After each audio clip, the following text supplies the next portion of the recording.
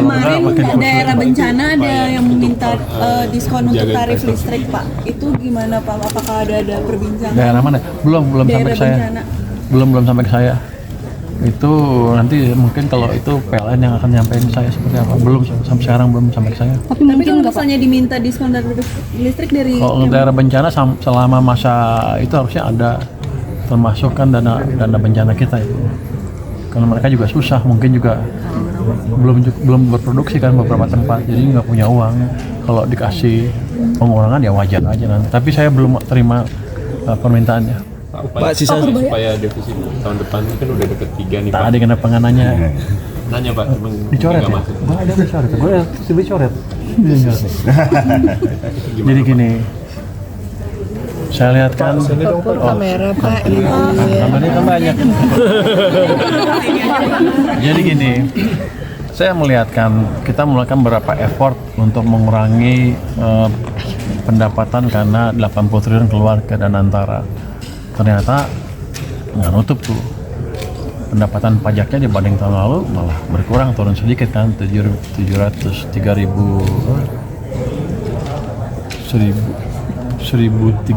lawan 1017 kalau nggak salah income tax-nya. Jadi itu memberi indikasi ke saya, memberi pesan lah kira-kira data itu bisa visual nggak bisa. Kalau kita begini terus tahun ini pasti gitu, kurang juga desainnya, by design ya. Jadi dalam waktu sebulan 2 bulan akan kita perbaiki perpajakan kita ya, dirjen pajak kita perbaiki, termasuk penggalakan sistem-sistem yang ada, Cortex segala macam, termasuk kita lihat ada nggak orang yang masih main-main, sepertinya masih ada, jadi kita akan beresin ya, dirjennya dari sini. Nah, tapi saya disindir lagi dalam pertemuan kemarin dengan Presiden di Hambalang. Dia bilang apakah kita akan mau dikebulin terus oleh pajak dan bea cukai.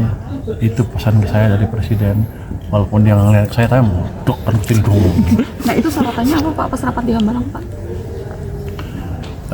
Ada praktek under invoicing yang masih besar, yang nggak terdeteksi di pajak dan bea cukai. Dan kebetulan kita sudah galakan kan yang sebelumnya, tim 10 dari LNSP udah bagus sekali hasilnya. Saya bisa deteksi beberapa dari sistem mereka ya, dengan analisa yang canggih, masih belum AI sih karena manual betul, dengan data yang lebih lengkap kita bisa deteksi bahwa beberapa perusahaan sawit melakukan under invoicing ekspor separuh dari nilai ekspornya. Itu akan kita kejar ke depan dan mereka nggak bisa main-main lagi. Kita akan pakai teknologi AI segala macam untuk memastikan semua potensinya kita dapatkan dan nggak bocor. Kalau Anda tahu, pajak juga di banyak industri-industri liar yang nggak kena pajak. Ada yang saya tahu baja dan batak apa? Barang bangunan ya.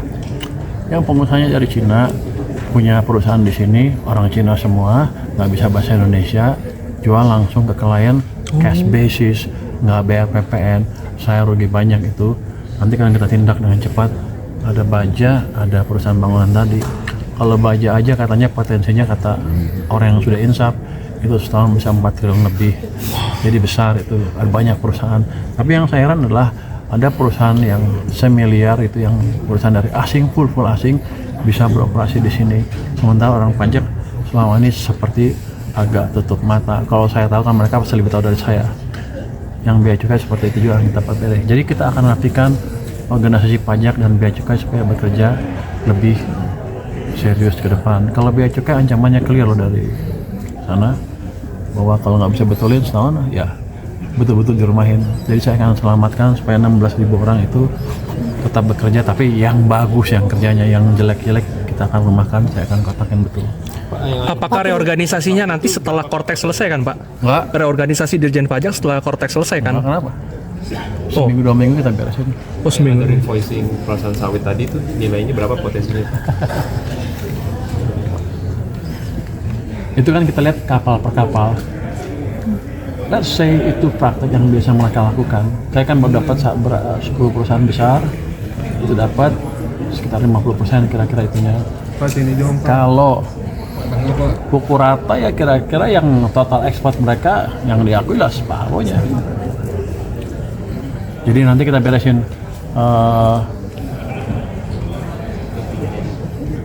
mungkin kalau saya nggak tahu level pendidikannya seperti apa, tapi yang jelas kita akan kasih message ke mereka ke depan nggak bisa begitu lagi kita sikat perusahaan-perusahaan. Saya nggak peduli Siapa aja Pak?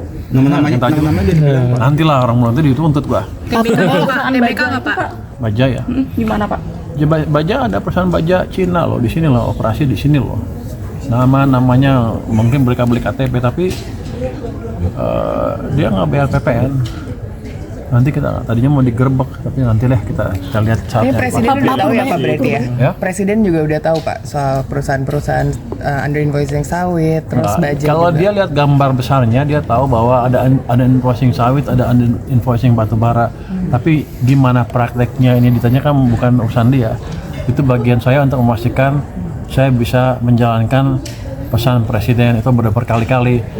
Gua pikir sekarang baru 4 bulan kan di sini. Kalau 6 bulan lebih nggak ada implementasi lagi ya berarti gua nggak becus gitu kan dalam penilaian atasan kan. Jadi saya akan pastikan kita bergerak ke arah yang diarahkan oleh pemimpin saya. Pak Purbaya, terkait bonus atlet SEA Games kan 500 juta ditambah jadi 1 miliar kata Pak Prabowo, itu dari APBN atau bukan ya Pak? Emang dari mana? Apa dari kantong Pak Prabowo? Enggak lah, dari APBN. Emang nggak boleh ngomong itu? Kan besok kan mau dibaginya kapan ya? Hari ini Pak jam 3. Oh, dari APBN itu dari dana tertentu ya? Berapa Pak dari Kemenkyu mengalokasikan ya? Hanya 580 sekian tapi katanya turun jadi 480. Saya detailnya yang tahu itu di Kementerian 480 miliar Pak. ya. Oke, makasih. Pak berarti dari DHE 100% itu juga gara-gara praktik undervoicing itu ya Pak? Under invoicing apa? Ya, akhirnya DHE SDA itu ditetapin 100% begitu. Gara-gara itu salah satu alasannya. Enggak, itu karena mereka cuma taruh di situ biasanya mereka taruh di bank kecil langsung kan rupiahin tuh. Pindahin ke bank kecil, langsung beli dolar lagi keluar.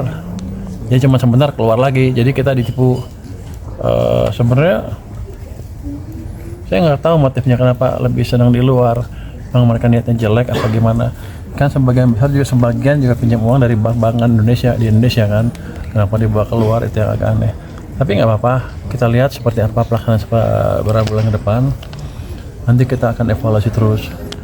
Yang jelas kalau ada kebijakan DHE untuk menjaga dolar supaya nggak keluar hasil ekspor tadi, ya kita harus jalankan dengan baik, dengan konsisten, dengan optimal.